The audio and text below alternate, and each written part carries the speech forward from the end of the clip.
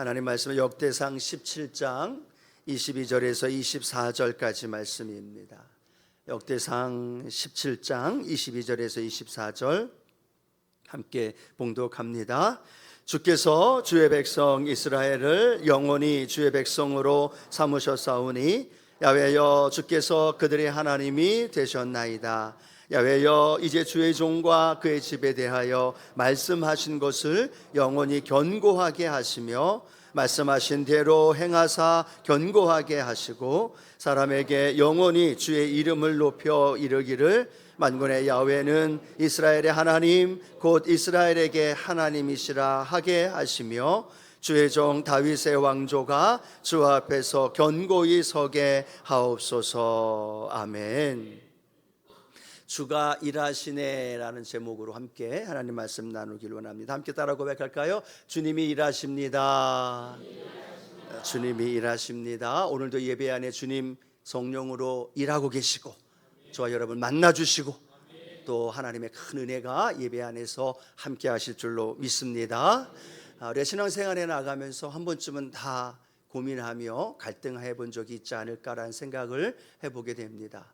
내가 지금 예수님을 잘 믿고 있나라는 생각, 신앙생활을 하고 있는데 내 믿음이 성숙되어지거나 또 주님의 뜻에 또 올바른 뜻을 향하여 걸어가지 않는 자신의 모습 보면서 한계를 느끼기도 하고 내가 지금 주님 앞에 잘 서 있는가에 대한 고민을 해보는 적이 누구나 한 번쯤 있지 않을까 생각해 봅니다.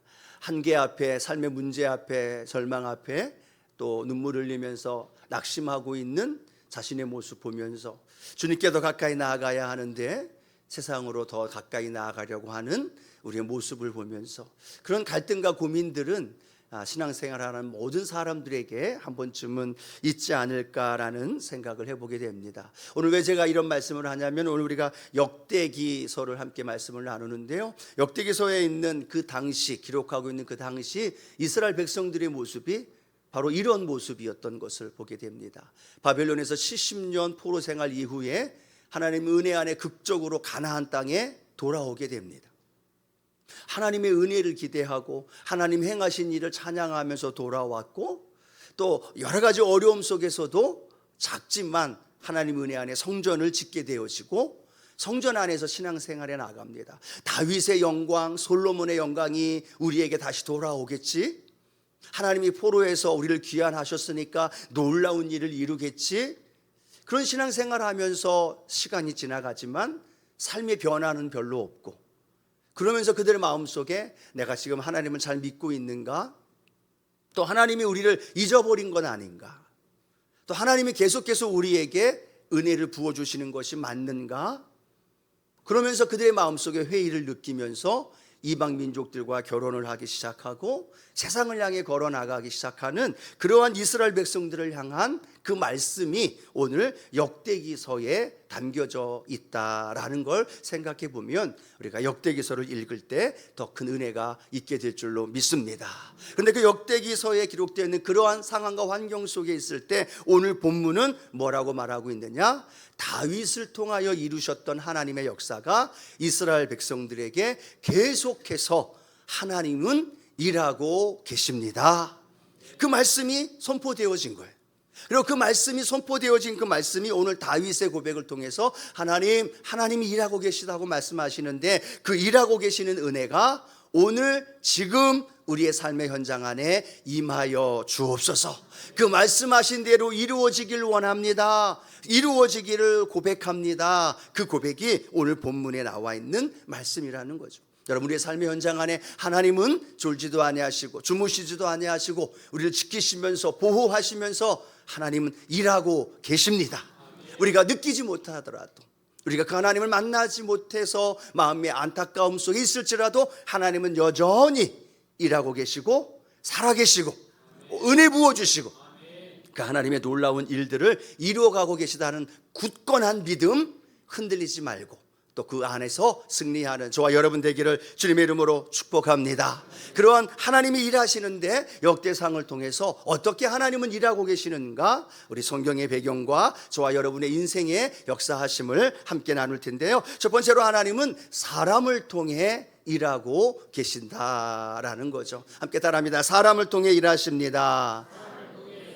네, 하나님은 사람을 통해 지금도 일하고 계십니다. 역대상을 읽어보신 분들 계실지 모르겠어요. 역대상 1장을 딱 펴면 제일 먼저 뭐가 나오냐면 사람 이름이 나와요. 아담 이름이 나오고 그 다음부터 모르는 이름들이 쭉 연결되어지면서 역대상 1장부터 9장까지 이스라엘의 족보가 쭉 나열됩니다. 생전 처음 보던 이름도 있고, 이 이름이 있었나? 나에게 어떤 중요한 의미가 있을까? 그럴 때쯤 아브라함이 한번 나오고, 그럴 때쯤 우리가 알고 있는 이름이 한 번씩 등장해요. 그런데 9장까지 보면 거의 우리가 아는 인물이 많이 나오지 않는 모습을 보면서도 그 족보가 역대상 1장부터 9장까지 그 안에 담겨져 있다는 겁니다. 아담 가장 위에서부터 이스라엘 백성들이 포로로 돌아온 이후에 있는 그 이름까지 계속해서 나열되어져 있는 모습을 보게 되어집니다. 여러분, 왜 역대상에 족보가 1장부터 9장까지 계속 기록이 되어져 있을까요? 족보의 중요성, 옛날 어르신들은 많이 알지만 요즘 젊은 사람들은 잘 모르잖아요. 족보를 왜 이야기를 할까요? 너는 누구인 줄 알아? 라는 것을 가르쳐 주고 싶어 하는 겁니다. 너의 윗사람, 너의 윗, 너의 조상, 너의 아버지, 할아버지, 고조 할아버지, 너의 조상은 이런 분이야 라고 말하면서 가장 핵심은 뭐냐면 너가 누구인가를 다시 한번 생각해 보게 한다는 거죠. 이스라엘 백성들에게 왜 족보를 통해서 야곱을 거쳐서 아브라함을 거쳐서 아담까지 왔느냐? 너는 하나님의 택한 하나님의 선민 이스라엘의 후손이야 라는 걸 가르쳐주고 싶어 하는 거죠. 뿐만 아니라 아브라함까지 올라가고 아담에게만 올라가는 것이 아니라 아담 이후에 누구와 연결시켜주고 싶어 할까요? 하나님과 연결시켜주고 싶어 하는 거예요. 지금 가나안 땅에서 힘겹게 살아가고 있지만 마음의 신앙 안에서 의심이 들어가고 회의를 느끼고 살아가고 있지만 사랑하는 믿음의 성도님들, 여러분들, 우리는 우리의 올라가는 가장 끝에 있는 족보는 아담이 아니라 하나님으로 연결되어지고 하나님의 택한 선민으로 살아가는 이스라엘 백성들, 아니 오늘 저와 여러분이어야 할 줄로 믿습니다. 그런 정체성을 가르쳐주면서 이 현실에 좌절되거나 침몰되어지는 것이 아니라 내가 누구인가를 기억하면서 다시 일어나라는 이야기죠. 그렇게 하나님이 역사 속에서 인도해 주신 것처럼 지금 이 시간에 우리의 역사가 끝나는 것이 아니라 계속 이어진다는 사실을 이스라엘 백성들에게 가르쳐 주면서 미래를 향해 꿈을 꾸면서 앞으로 나아가라, 이 말씀이 역대기서를 통해서 우리에게 전해주고 있는 하나님의 말씀이라는 겁니다. 그렇다면 오늘 저와 여러분, 우리의 신앙에 있어서 우리 자신이 누구인가를 알고 있는 건 너무나 중요하다는 사실, 저와 여러분도 아담까지, 아니 그 이후에 하나님을 통하여 이루어지는 놀라운 축복과 은혜가 저와 여러분 안에 함께하고 있음을 믿으시기 바랍니다. 예, 하나님과 원수되었던 우리였어요. 하나님을 아버지라 부를 수 없는 존재였어요. 죄로 말미암아 멸망받을 존재였어요. 성경에 보면 우리는 그렇게 예수님 믿지 않음으로 말미암아 멸망받을 존재라고 했는데 그 존재로 살아가는 우리가 아니라 예수 그리스도로 말미암아 저와 여러분 새로운 피조물이 된 줄로 믿습니다. 하나님의 자녀가 된 줄로 믿습니다. 그리고 그 자녀된 우리의 삶의 현장 안에 우리에게 네 가지 주신 신분이 있죠. 베드로전서 2장 9절 말씀 함께 읽어봅니다. 그러나 너희는 택하신 족속이요 왕같은 제사장들이요 거룩한 나라요 그의 소유가 된 백성이니 이는 너희를 어두운 데서 불러내어 그의 기이한 빛에 들어가게 하신 이의 아름다운 덕을 선포하게 하려 하심이니라. 아멘. 지금 삶이 힘들고 어려운 삶일 수도 있고요, 많은 사람에게 인정받지 못하는 삶의 연속이 다가올 수도 있습니다. 그런데 중요한 건 뭐냐면 내가 누구인가는, 내가 어떤 존재인가라는 사실이에요. 내 몸은 지금 지쳐있고 무더위 속에 짜증나기도 하고 내가 원하는 대로 되어지지 않는 현실 앞에 원망도 되고 불평도 되어지지만 그것보다 더 중요한 게 뭐냐? 내가 누구이냐는 사실. 왕같은 제사장이고 택하신 족속이고 거룩한 나라요 하나님의 소유된 백성, 이신 분들만 아멘. 이렇게 해야만 아멘이 나와야 되는 거야. 우리는 그런 존재라는 사실이에요. 근데 현실과 상관없이 이스라엘 백성들도 그 가나안 땅에서 삶에 지친 그 삶의 현장 안에 오늘 역대기성을 통해서 보여주는 건 너의 끝은 아담이야, 아니 하나님의 선민이야 라는 걸 가르쳐주고 있는 거죠. 오늘 저와 여러분의 인생과 삶의 현장에도 중요한 것이 바로 그겁니다. 예수 안에서 저와 여러분이 어떤 존재인가를 알게 되면 현실의 문제를 우리는 뛰어넘을 수 있다는 사실이에요.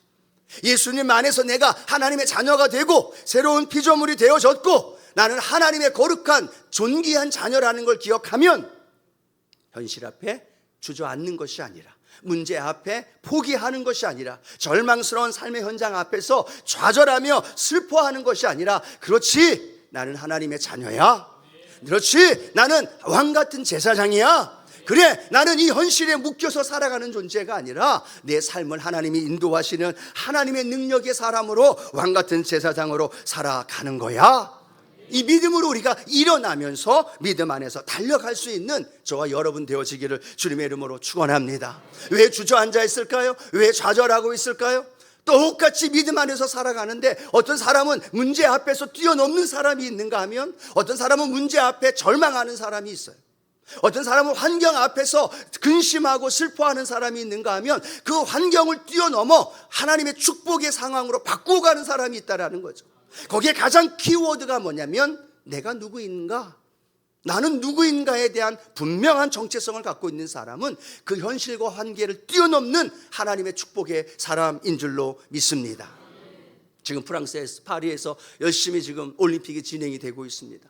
얼마나 많은 한계와 도전을 뚫고 그 4년 만에 한 번 있는 올림픽을 참가해서 열심을 다하고 있겠습니까? 그들에게는 한계가 없겠습니까? 그들에게는 문제가 없었겠습니까? 자기보다 더 센 상대를 만날 때 좌절하게 되어지고요, 아무리 해도 안 되는 한계 앞에서 무릎 꿇어 어찌할 바를 모르는 한탄과 탄식도 있을 수 있다는 사실. 그런 상황 속에서도 그렇게 포기하지 않고 지금 국가대표로 나아가서 열심을 다하여 도전하면서 나아가고 있는 그들에게 이야기를 들어보면요, 가장 포기하고 싶을 때 다시 일어설 수 있었던 계기가 뭐냐면 나는 대한민국의 국대야. 그래 나는 대한민국 선수로서 국대로서 나는 선발을 되었고 국대로서 살아가는 존재야 라는 것에 대한 그 정체성을 깨닫고 알게 되어질 때 수많은 땀을 흘리고 문제 앞에서, 상대 앞에서, 절망 앞에서도 다시 딛고 일어나서 마음껏 도전하며 지금 꿈을 향해 달려가고 있다는 사실이죠. 오늘 저와 여러분, 우리는 이 대한민국의 국대가 아니라 하나님 나라의 국대, 할렐루야, 하나님 나라의 국대예요. 그 국대가 어떻게 됐어요? 예수 그리스도의 피값을 주고 저와 여러분이 그 사실을 믿고 그 믿음으로 말미암아 저와 여러분을 하나님이 국가대표 선수로 우리의 가슴에, 우리의 어깨에 하나님 나라의 국기를 얹어주시면서 너는 하나님 나라의 국대야 라고 말씀하시고, 주저앉지 말아라, 현실에 묶이지 말아라, 환경 속에서 넘어지지 말아라, 하나님 나라의 국가대표 선수로 우리를 부르셔서 하나님 나라를 향하여 달려갈 수 있는 저와 여러분이 되어지기를 축복합니다. 왜 그럴까요? 저와 여러분 안에는 하나님의 DNA가 흘러가고 있어요. 하나님의 DNA가 저와 여러분 안에 함께하고 있는 것 믿으시면 아멘. 예, 그 DNA는요, 절망과 실망과 낙심과 불안 속에서 포기하는 DNA가 아니에요. 성경을 읽어보고 하나님에 대해서 알면 알수록 하나님의 DNA는 불가능을 가능하게 하는 것, 절망을 소망으로 바꾸는 것, 질병 속에서 하나님의 능력을 발견하는 놀라운 역사가 일어나는 거죠. 수많은 절망, 사망으로 막혀있는 그곳에서 하나님의 DNA가 내게 있지, 그래 나를 왕같은 제사장이지, 나를 구원해 주신 하나님의 자녀, 나는 분명한 하나님 나라의 국가대표야. 이 믿음을 가지면 습하고 덥고 짜증나고 내 마음대로 되어지는 환경이 다가온다 할지라도 우리는 넘어서지 않고 다시 일어서서 하나님 나라를 향하여 달려가는 믿음의 길을 저와 여러분 걸어가게 될 줄로 믿습니다. 한번 같이 우리 오른손으로 가슴에 얹고 고백할까요? 나는 하나님 나라의 국가대표입니다. 믿으십니까? 하나님의 DNA가 내 안에 흘러가고 있다는 것 기억하시면서 우리의 삶 속에 주님이 일하심을 발견하는 순복음의 성도들 되기를 축복합니다. 두 번째, 하나님은 이 역대기서를 통해 우리에게 어떻게 일하신다는 걸 보여주고 있냐면 언약을 통해서 일하고 계신다라고 말하죠. 창세기부터 요한계시록까지 하나님이 하시는 일은요, 우리 인간들과 언약하셨고 그 언약을 이루어가고 계시는 모습을 우리는 성경을 통하여 발견하게 되었습니다. 역대상을 읽다 보면요, 한 사람이 중심이 되어져서 성경에 기록이 되어져 있어요. 그 사람이 누구냐면 다윗이라는 인물입니다. 그 다윗이라는 인물에 대해서 족보가 끝나면서 계속 연결되어지고 마지막 역대상 끝까지 이 다윗에 대한 이야기, 고백이 기록되어져 있다는 거죠. 그렇게 왜 다윗이 역대상 전체 안에 포함되어 있어서 그 일을 이루고 있느냐 하면 역대상 7장 17장 14절 말씀을 통해 하신 말씀이기 때문이죠. 함께 읽어봅니다.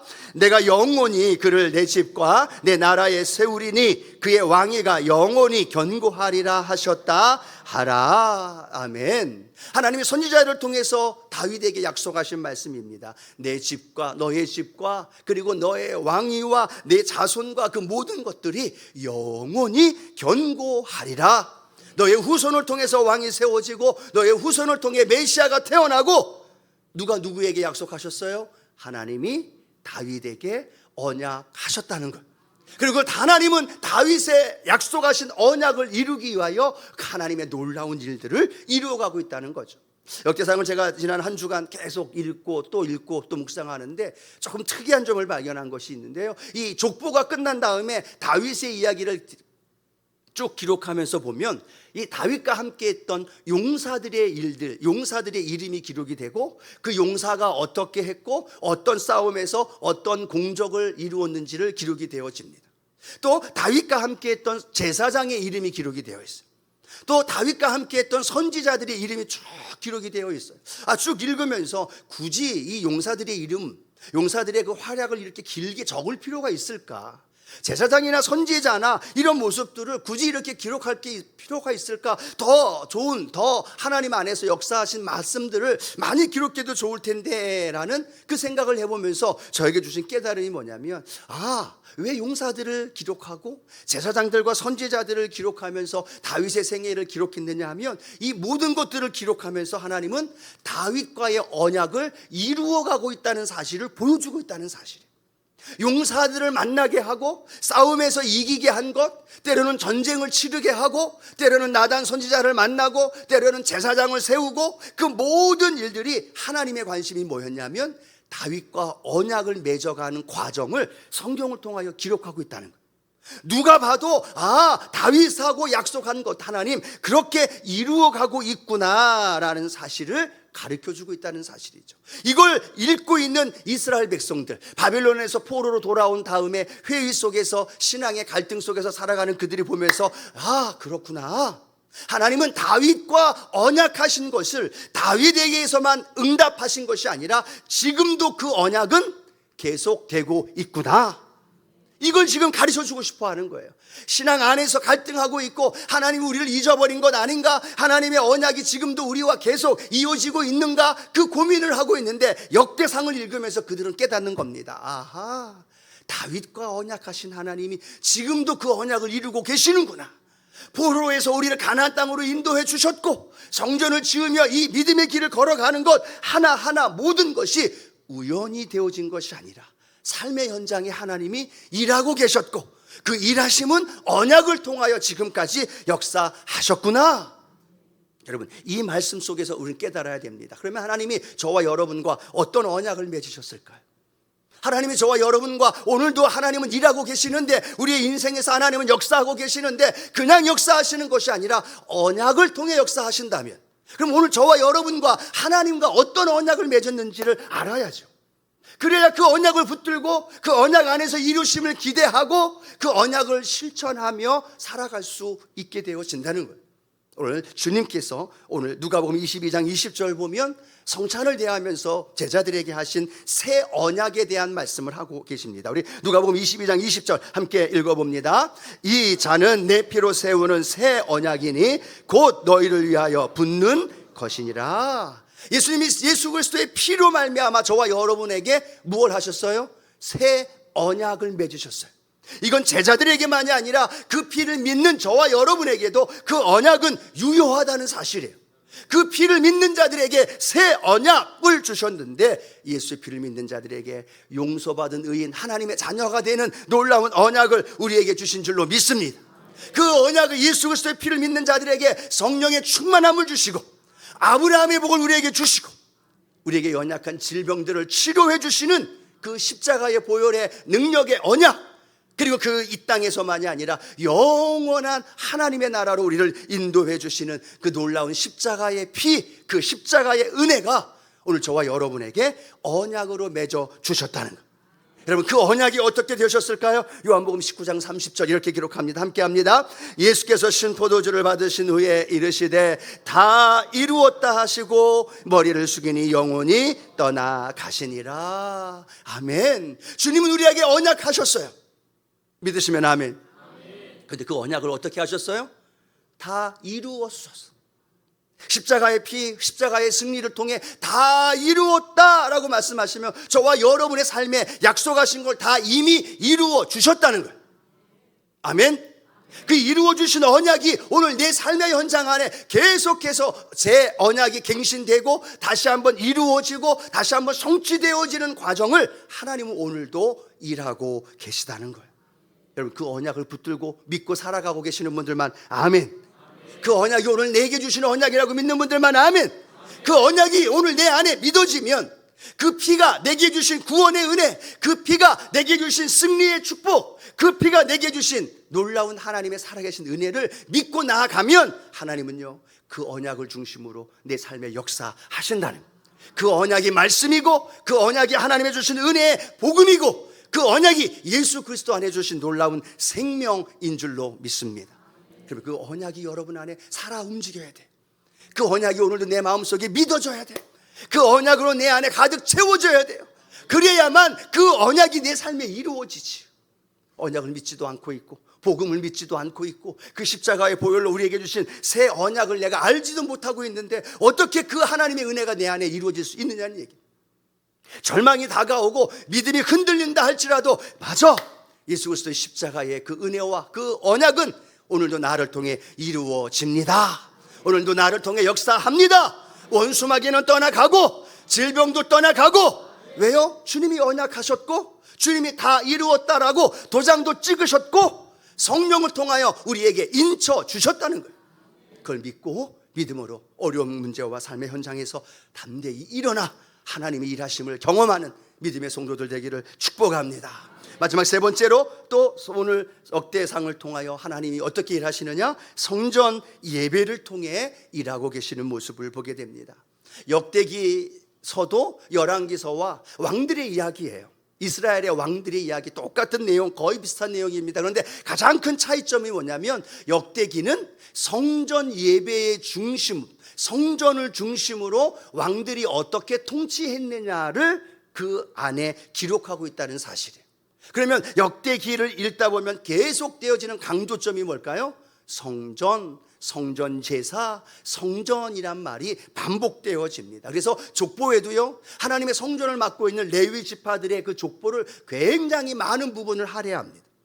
또 하나님의 법궤가, 그 언약궤가 다윗성으로 들어올 때 다윗은요 역대상 13장, 15장, 16장 많은 장을 할애하면서 하나님의 법궤가 들어오는 것에 대한 그 많은 것을 기록하고 있다는 거죠. 또 이 다윗이 성전을 건축하지는 못했지만 성전에서 하나님 앞에 올려드려야 하는 많은 내용들을 이 역대상에는 계속 기록하고 있어요. 성전 봉사자들의 구성하는 방법, 제사장들의 반열, 레위인들의 성전 찬양단의 직제, 또 문지기 반열, 이걸 굳이 왜 다 기록했을까 생각하면서 읽어가는데 놀라운 은혜는요, 그만큼 하나님이 다윗을 통하여 성전에 대한 중요성을 강조하고 있다는 거예요. 성전 제사에 대하여 하나님이 중요시 여기고 계시고 성전 제사를 통하여 하나님이 영광 받으신다는 사실.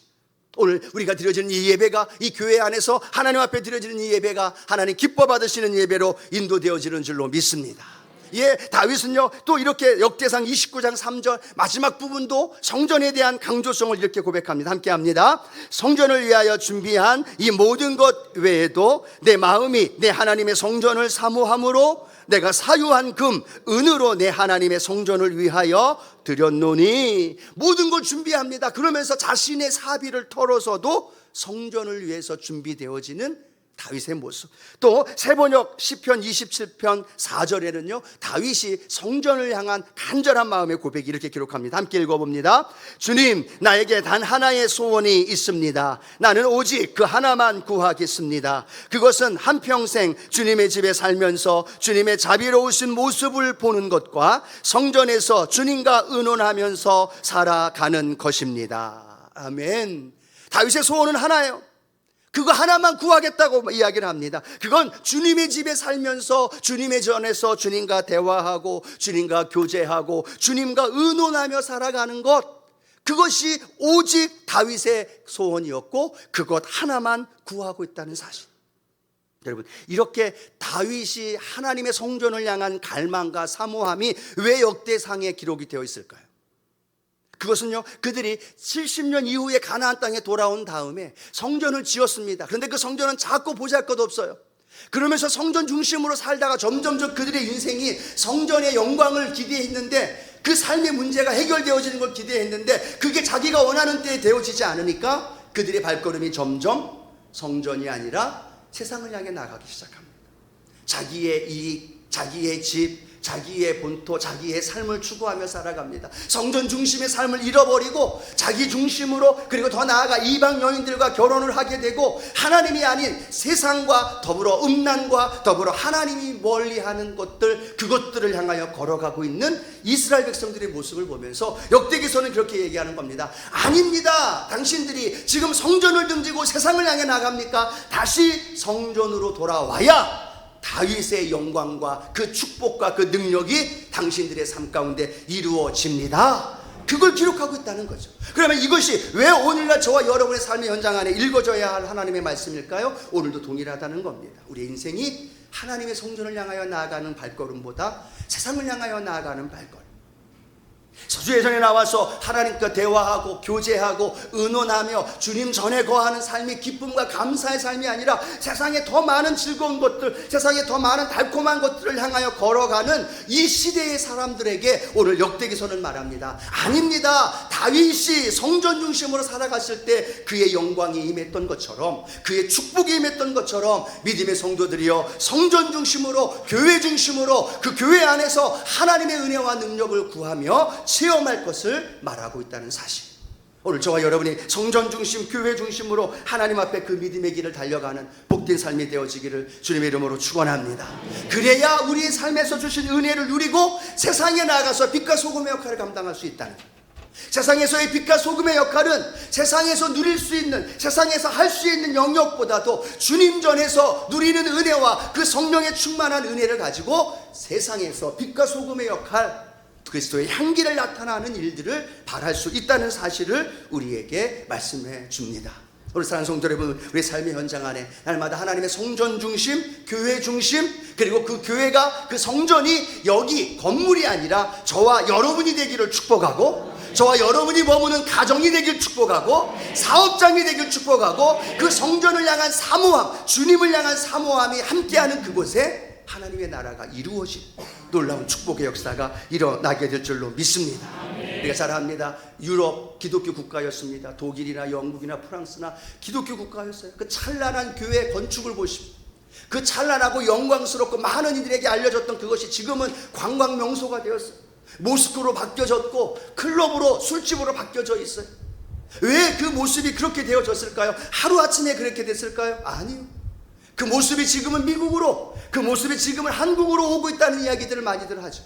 처음에는 그들도 안 그랬습니다. 성전 중심으로 모이고 함께 예배하며 나갈 때는 그 교회가 아름답고 많은 이들에게 그렇게 칭찬받았던 모습이었지만 그들의 발걸음이 세상을 향해 나가고 합리주의로 나가고 그들의 세상의 삶의 모습을 추구하면서 번영으로 연결되어지자 교회를 등지기 시작하고, 그리고 세상을 향해 나아가기 시작하고, 동성애를 받아들이기 시작하고 기독교적인 문화가 아니라 반기독교적인 것들을 접하면서 그들의 신앙이 해이해지는 모습 속에서 교회가 지금은 텅 빈 모습, 모스크로 변화되어진 안타까운 모습, 그리고 수많은 사람들 그렇게 얘기합니다. 나는 그리스도인입니다 라고 말하지만 그들은 절대로 교회 오지 않아요. 부활절이나 성탄절 1년에 한두 번 오면서도 나는 그리스도인입니다 라고 지금도 이야기하고 있는 이 모습, 몇 년 뒤에 우리나라의 우리 교회 한국교회 모습이 아닐까 하는 두려움의 마음. 오늘 저와 여러분이 하나님의 성전 중심으로 믿음의 길을 달려가면서 이 교회에서 주신 하나님의 은혜가 삶의 자리에서도 흘러가게 되어지고 그 삶의 자리에 하나님이 일하심을 경험하는 믿음의 성도님들 되어지기를 주님의 이름으로 축원합니다.